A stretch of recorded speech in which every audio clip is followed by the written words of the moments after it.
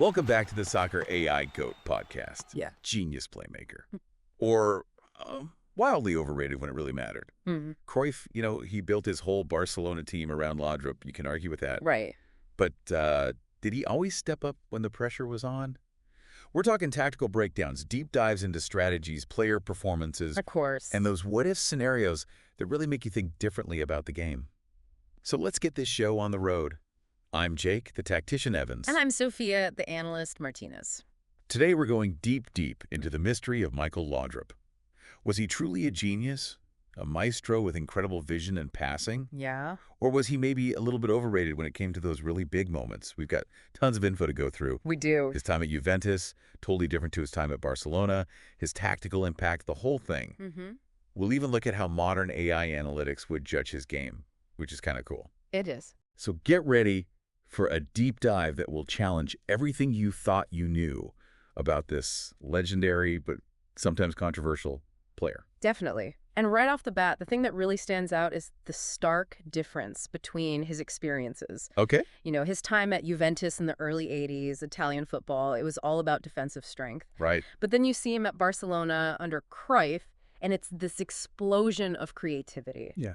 It's almost like watching two different players evolve, shaped by completely different tactical approaches. Okay, so let's break down that contrast. Mm-hmm. Juventus, with Trapattoni at the helm, we're talking about a super solid 4-4-2, steeped in that Catenaccio style. Absolutely. Tactical discipline, defensive solidity above everything else. Right. And then you've got Laudrup, this incredibly gifted young player, often playing as a supporting forward alongside, well, a giant like Platini. Mm-hmm. So in that kind of setup, ultra-structured, what was Laudrup even supposed to do? Like, how much creative freedom did he actually have? Well, from what we've analyzed, it seems like at Juventus, even though there were glimpses of his brilliance, his role was really restricted by the tactical thinking of the time. The focus was on keeping a strong defensive shape, sticking to set plays, and launching quick counterattacks. Right. So while he was expected to be creative, it was within a really rigid framework. Less freedom to move around, less emphasis on those intricate passes in the final third, and a clear hierarchy with Platini as the main creative force. It's a world away from the free-flowing playmaker we saw at Barcelona. For sure. And when you look at the stats from his Juventus days, about 103 Serie A appearances, only 16 goals, not a huge number of assists either. Like in the 1985-86 season, he scored 7 goals. Yeah. It makes it seem like he was contributing, sure, but not really the dominant game-changing player that you think of when you say genius as playmaker. So the big question is, why did Juventus, a club famous for being so smart about who they sign, even go for a player who seems so different from their tactical style? Well, our research shows that they saw something special in Laudrup, that raw talent. He won the Danish Player of the Year award in 1982, still a teenager then, scoring 15 goals for Brøndby. Wow. They saw that he could play in different positions, attacking midfielder or forward, and his technical skills were obvious. Plus, there was that whole thing with him almost transferring to Liverpool, which fell through, so Juventus saw a chance and they took it. They were investing in potential, even if the Serie A rules about foreign players at the time meant he had to spend some time on loan at Lazio first, just to get some experience. Right. So he wasn't instantly put into a system designed to bring out his best qualities.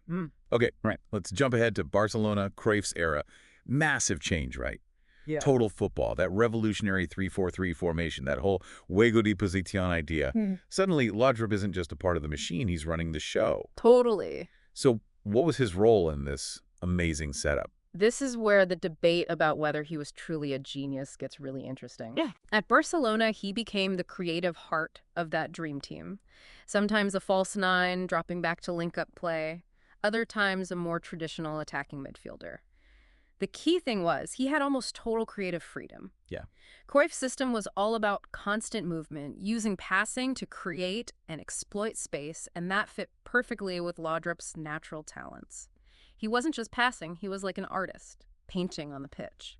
And even though we don't have as much detailed data from those days, the video analysis and all the tactical breakdowns really show how much he changed things. Tell us about those key skills that really blossomed at Barcelona. When you watch the footage, it's his incredible passing range and vision that stand out. He was key to Barcelona's positional play, always finding those little pockets of space and using pinpoint passes to take advantage of them. He was like the king of the pre-assist, delivering that crucial pass that unlocked the defense before the final goal-scoring pass. Right. His movement as a false nine was a nightmare for defenders, pulling them out of position and creating gaps for his teammates. Those intricate third-man combinations with players like Stoichkov and Romario, those diagonal through balls that cut defenses apart, and him drifting deep to control the pace of the attack, it was amazing to watch. While it's hard to get exact numbers, people estimate that his pass completion rate in those attacking areas was something like 80 to 85%, and he got a ton of assists, like those 16 he racked up in the 1991-92 season. So the difference is huge. The tactical limitations of Juventus versus the creative freedom of Barcelona. It makes you wonder, how much did those tactics in Italy actually hide how good Laudrup really was? Yeah, Could that be why some people think he was overrated? that's the million-dollar question. Because here's the thing. Maybe his experience in Italian football, which was so tough and defensive, actually helped him become the brilliant player he was at Barcelona. Okay. Imagine having to develop your skills in those tight spaces, constantly figuring out how to break down complex defenses. Maybe that tactical education in Italy is what made him even better when he finally had the chance to really express himself in Cruyff's system. He had the talent, but Italy might have given him the tactical intelligence to really use it. That's a really interesting point. It's like he built this foundation of tactical understanding in a difficult environment, and then when he got to Spain, his natural flair just exploded. Can you give us an example of how that tactical knowledge from Italy might have shown itself at Barcelona? Think about his spatial awareness. In Serie A, those defenses were so well organized, if you were even slightly out of position, it could cost you. He would have had to learn how to understand where the space was, and more importantly, where it was going to be. That awareness, that ability to read the game, honed under pressure in Italy, would have made him so much more effective at Barcelona. He wasn't just getting the ball in space. He knew exactly where to be and when to create the most danger. That's something he probably learned by playing against those packed Italian midfields. And talking about using space on the biggest stage, the 1992 Champions League final against Sampdoria at Wembley, a game Barcelona won, of course. Yeah. People often talk about Laudrup's tactical intelligence in that match, even though he didn't score or get an assist. Yeah. So what stood out about how he played that day? What's really interesting when you watch that final again is Laudrup's constant movement, how he always seemed to find those pockets of space between Sampdoria's lines. He was like this crucial link, always available for a pass, connecting the defense and attack, and basically annoying the Sampdoria midfielders all game. His work off the ball was amazing, dragging defenders out of position, creating those little overloads in midfield that helped Barcelona control the game. Koeman scored that amazing free kick to win the trophy, but a lot of people say that Laudrup's smart play throughout the match helped create that chance. He stretched their defense, made things unpredictable, and basically contributed to the pressure that led to that free kick. Now, switching gears a little, Euro 1992, a tournament Denmark won, surprisingly. Michael Laudrup wasn't in that squad. Why not? And did that have any tactical impact on Denmark's amazing win? Well, in short, Laudrup wasn't at Euro 92 because he had a pretty public falling out with the national team coach, Richard Muller-Nielsen. Right. It's always fun to speculate about what might have been, but the truth is he wasn't involved in Denmark's tactics or their victory. It's one of those big what-ifs in football. But Denmark found a way to win without him. Okay, so we've seen how brilliant he was, especially at Barcelona. But let's play devil's advocate a bit here. Were there any real weaknesses in his game, tactically speaking, either at Juventus or even when he was at his best with Barcelona? Could those weaknesses be part of the reason why some people think he might have been overrated? That's a really important part of this whole discussion. It is. At Juventus, despite all his talent, there were times when he struggled to stick to the strict defensive discipline that Trapattoni's system required. Apparently, he wasn't always the most enthusiastic defender, and he didn't always press the ball as much as he could have. I see. He wasn't always consistent, and he had some injuries that disrupted his rhythm. Even at Barcelona, where the system was basically built for him, people noticed that he didn't always work as hard defensively as some of his teammates. Right. He naturally wanted to drift forward into attack, and as the team changed, especially when they got Romario, who was a brilliant goal scorer, Laudrup's role in every attack probably became a little less important. Okay, so were these just the compromises you have to make when you have a player who's so naturally gifted and creative? Or were they real limitations that other teams could exploit? Limitations that might make you think twice about calling him a genius, especially when the team needed everyone to defend properly. This is where it gets complicated. It makes us think about what we really value in a player. Hmm. Was his contribution in attack so valuable that it didn't matter if he wasn't always perfect defensively? Mm-hmm. Or in those really big, high-pressure games, did those limitations become more obvious? The tough question, trying to balance his strengths and weaknesses to figure out how much he really contributed. Thinking about the coaches he played for and those who might have wanted to sign him, do you think Laudrup's style, that need for creative freedom, and those potential defensive weaknesses would have been a problem for them? Absolutely. You know, a lot of managers back then, they were all about strict tactics and everyone defending, no exceptions. Right. A player like Laudrup, who just needed that freedom to create, he could have clashed with those coaches. There were rumors that people were worried about how much he'd work defensively, especially in Italy. Mm-hmm. And so people said he wasn't always giving 100% in training, which is a big no-no Yeah, for those managers who want everyone to be super intense all the time. definitely. And like we talked about with Euro 92, his strong personality and his unwillingness to always just do what he was told could have caused friction with managers when he felt the team's tactics weren't using him properly. Right. And this tension between a player's individual brilliance and the needs of the team is something that coaches have always had to deal with. For sure. Now imagine we could magically transport Laudrup into today's game with all the modern tactics and data analysis. Which current players would be similar to him, both in their strengths and their weaknesses? One player who often gets mentioned is David Silva. They both had that amazing vision, that effortless passing ability, and that knack for finding space in crowded areas to control the game. Like Laudrup, Silva wasn't really about speed or tackling. He was all about intelligent movement and those perfectly weighted passes that could unlock any defense. Right. And taking a step back, looking at how tactics have changed in the last 20 years, which modern coach and which team do you think Laudrup would have thrived under? This one seems pretty obvious. A coach who loves fluid positional play and encourages creativity. Pep Guardiola immediately comes to mind. His Yeah, Man City teams, with their emphasis on intricate passing, intelligent movement, and exploiting those little gaps in the defense, it feels like they would have been the perfect stage for Laudrup's skill. I agree.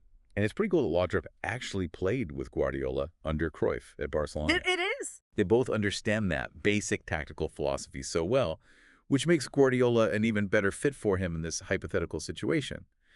So, if we used modern AI analytics to look at Laudrup, things like expected assists, progressive passes, spatial control, how do you think he would measure up against today's best playmakers? Yeah. Which stats would really show how good he was? I think it's pretty clear that if you use today's AI-driven metrics, Laudrup would be at the very top for several key things. Hmm. Expected assists, XA, and key passes would be through the roof because he was always creating chances for his teammates. Right. His ability to break down defenses with those incisive passes would give him a high progressive passing score. And metrics that measure spatial influence and off-ball movement would show how smart he was at finding space and controlling the game even without the ball. Even his dribbling, which was very controlled, would probably get a high score for progressive dribbles. Yeah. Basically, modern AI would probably confirm what a lot of people already believe. He was an elite creator, a top-level playmaker. Okay, that really paints a clear picture of his attacking skills. Right. But are there any aspects of his game, maybe even some concerns, that modern AI might point out, things that traditional analysis maybe hasn't focused on as much? What's really interesting is that modern analytics could give us more detailed insights into the areas where he wasn't always so dominant. Okay. We might see that his performance wasn't always consistent, that his key metrics varied from game to game. His contributions in those situations where the team was pressing really high might also seem lower when you look at things like pressures applied in the final third. And while his positioning was crucial for creating space, his actual defensive actions winning tackles, making interceptions, those might not be as impressive. And AI might even suggest that he wouldn't have been as good in systems that required players to stick to very specific positions and didn't give them as much creative freedom. Interesting. So looking at his career and his skills, are there any areas where if he'd been better, he might be considered even more of a legend than he already is? Well, people often say he could have scored more goals. Right. He had those attacking instincts and great technique, so if he'd been a bit more clinical in front of goal, like Zidane or De Bruyne, he might have become one of those legendary goal-scoring midfielders. I see. Another thing is, if he'd been able to adapt to different tactical systems, not just those that focused on his creativity, that might have made him even more appealing to certain coaches and maybe silenced some of the critics who thought he was overrated. And what about all those different tactical roles in modern football? Where do you think Laudrup would have been most effective, given his natural skills? There are definitely a few positions where he would have been amazing. Okay. The modern false nine role, for example, which is so common in possession-based teams, Hmm. Laudrup's ability to drop deep, link the midfield and attack, and create those overloads in central areas, it's perfect for that role, kind of like Messi at Barcelona or Foden at Man City. Yeah. As an advanced playmaker, playing in those hybrid number 8, number 10 zones, his passing and his ability to create chances would have been so valuable, like De Bruyne or Modric. Even as a wide playmaker, cutting inside from the wing like Neymar or Grealish, his creativity would have been a nightmare for defenses. Right. And it's interesting to think that with his vision and passing range, he might even have been really good as a deep-lying playmaker, like Pirlo or Cruz, controlling the game from further back. Okay, so let's get back to that main question that's been driving this whole discussion. Was Michael Laudrup wasted at Juventus? Mm-hmm. Barcelona, brilliance in his place in modern football? Let's start with the wasted at Juventus part. Right. Based on everything we've talked about, what do you think? Well, it seems pretty clear that at Juventus, in that rigid defensive system, they didn't really use Laudrup's talents properly. He just didn't have the freedom to express himself fully. And with Platini as the main playmaker, Laudrup wasn't really in a position to be the one running the show. If we used modern AI analytics, we might see that he had a really high potential expected assist figure that he never reached because of those tactical limitations.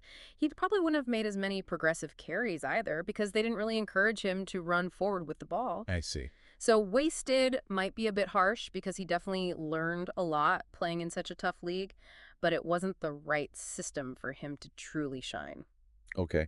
And then Barcelona, the brilliance part of our title, it seems like that was a much better fit. Like he finally found the perfect environment for his talent. Exactly. Barcelona under Cruyff was just what he needed. He had that free role, they encouraged his creativity, and as we've said, modern AI metrics would probably put him among the very best when it comes to things like progressive passes, key passes, and creating chances. He was a key part of the team that won the European Cup in 1992 and those 4 La Liga titles in a row. So at Barcelona, there's no doubt that he reached his full potential. And finally, his place in modern football.